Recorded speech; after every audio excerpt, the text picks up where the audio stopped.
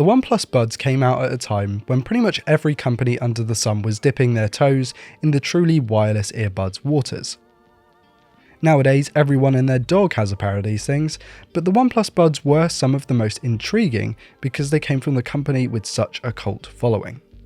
But over a year later, and at £35 new, are they worth buying, or should you go with something else? Hey guys, I'm Ryan Thomas, and this is my review of the OnePlus Buds in 2021, going into 2022. There are a few things that you need to know before we can go forward with the review.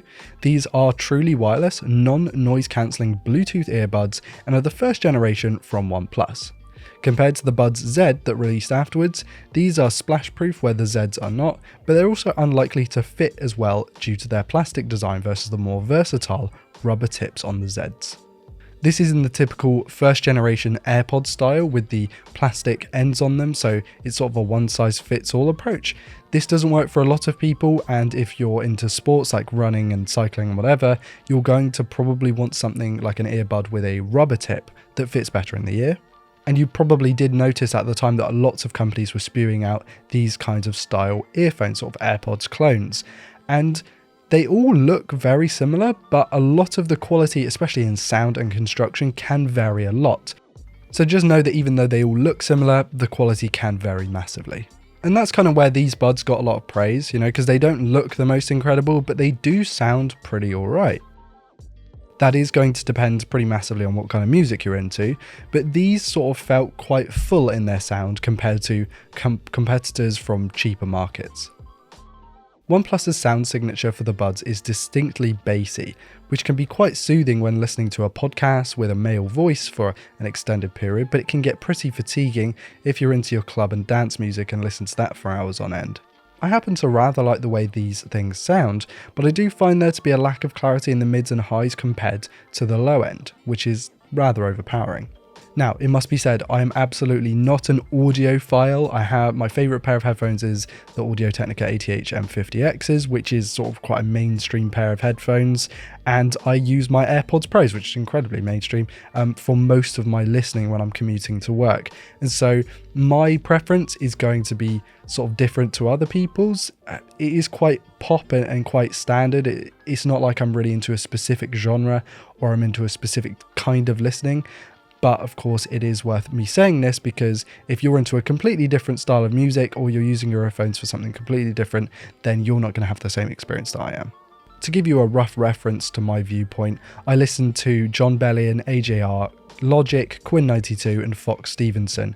I like dance music, drum and bass, rap, sort of upbeat, where the OnePlus Buds tend to work quite well because of the low end. Moving on to more objective elements now, and there's not a whole lot to say. If you've used one pair of generic true wireless earbuds before, then you'll find these absolutely fine. A pebble-shaped plastic casing that doesn't weigh a lot at all, with buds that remind me of the original AirPods, but with this sort of circular control pad on the back, let's say. Plastic tip with long stem that we've all come to get accustomed to these days. They do fit in my ears, but not nearly as well as my AirPods Pros and other earphones with a rubber tip on them. They are very sort of big feeling and they feel like they can be quite cumbersome in the ear. And again, that is going to vary. Everyone's ears are different. But I would say that if you can't use, say, AirPods, then you probably can't use these. They also aren't noise cancelling, or at least active noise cancelling, meaning that you haven't got a microphone on the earbud that detects background noise and then sort of balances out the audio so that it sounds clearer in your ear. However, you would sometimes get sort of passive noise cancelling with earbuds that have the rubber tip in them because it's creating a seal in the ear.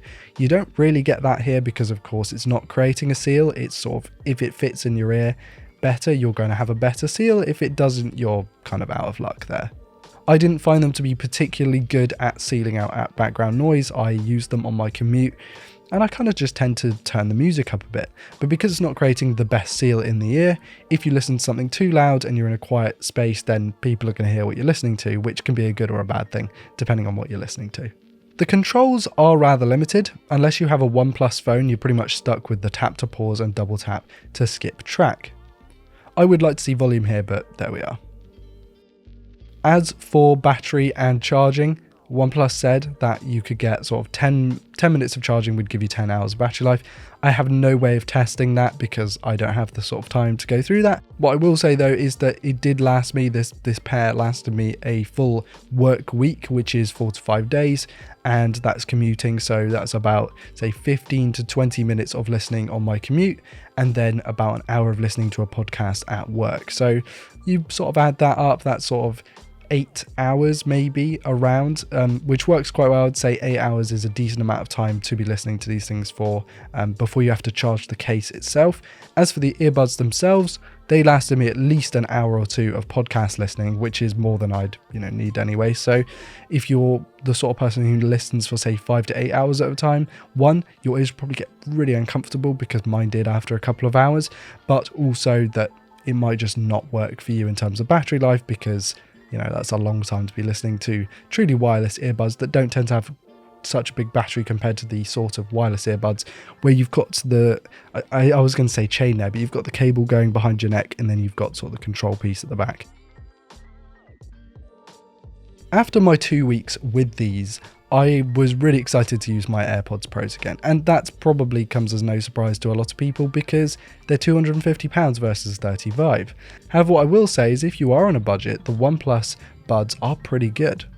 Like I said before, it's going to heavily depend on what kind of music you're into and how often you want to use them, how long you want to use them for, but I think they're pretty good for £35. I wouldn't recommend buying earbuds used, so I wouldn't look for a cheaper price than that, but at £35 I think they're good.